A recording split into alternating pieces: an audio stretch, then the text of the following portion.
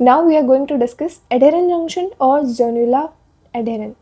तो adherent junction से पहले आप थोड़ा सा अपना दिमाग को रिवाइंड करो और याद करो कि आपने कैम मॉलिक्यूल्स में कैडहेरन नाम का एक कैम मॉलिक्यूल पढ़ा है।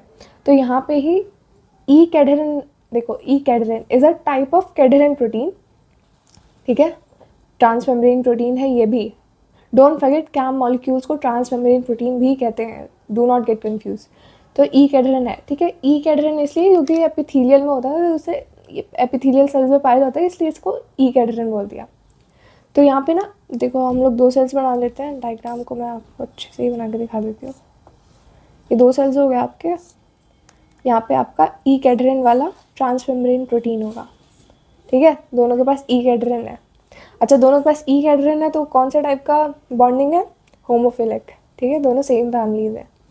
फिर हम लोग बात करते हैं जो ई कैडहेरन या कैडहेरन प्रोटीन्स ये आपने पढ़ा होगा, तो that they are calcium dependent. इनको कैल्शियम चाहिए होता है। देखो calcium act as a bridge between them, यहाँ से कैल्शियम से कनेक्टेड होते हैं। तो इसमें कैल्शियम चाहिए होता है, कैटायन चाहिए होता है, तो ये आपने देखा हुआ है। फिर इसमें ना 2 साइटोसोलिक प्रोटीन होते हैं, या आप कह सकते हो अडेप्टर प्रोटीन या एंकर प्रोटीन आपने पढ़ा है। इसमें 2 टाइप के एंकर प्रोटीन होते हैं।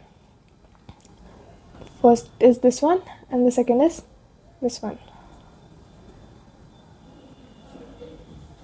Vinculin and catenin. देखो मैंने यहाँ पे रेड कलर से बनाया विनक्यूलिन एंड यहाँ पे ग्रीन कलर से मैंने कैटेनिन बनाया, ठीक है। तो ये हो गया आपके साइटोसोलिक प्रोटीन, यहाँ पे साइटोसोलिक प्रोटीन लिखा है। फिर इसमें फिलामेंट कौन सा है? इसमें भी साइटोस्केलेटन में यहाँ ब्रैकेट लिख दियो कि आप इसे कह सकते हो inner cytosolic protein which is actin filament.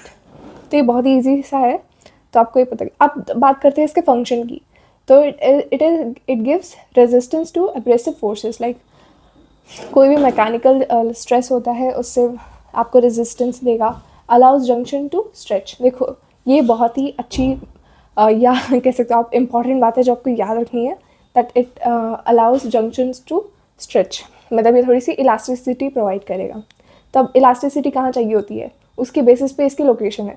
Gastrointestinal tract में चाहिए होती है, रेस्पिरेटरी ट्रैक में चाहिए होती है, यूरोजेनाइटल ट्रैक, यहाँ पे कहाँ पे? Specially urinary bladder. ब्लैडर आप जानते हो कि एक्सपैंड करता है फिर कंस्ट्रक्ट करता है, तो ये blood vessels, vasodilation, vaso construction, ठीक है। फिर स्किन में भी चाहिए होती है थोड़ी सी इलास्टिसिटी। तो ये हो गया। देखो बहुत ही ईजी टॉपिक है, बस आपको थोड़ा सा लाइक लाइन वाइज चलोगे तो बहुत ईजी।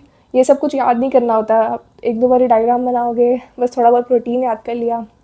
कैटेनिन वैटेनिन तो सब पता ही है, and then there is vinculin and catenin, ये थोड़ा बहुत याद कर लो। आपके हायर स्टडीज़ में बहुत मतलब इम्पॉर्टेंट है, आपको काम आएगा MCQs वगैरह में। So that's it for today's video.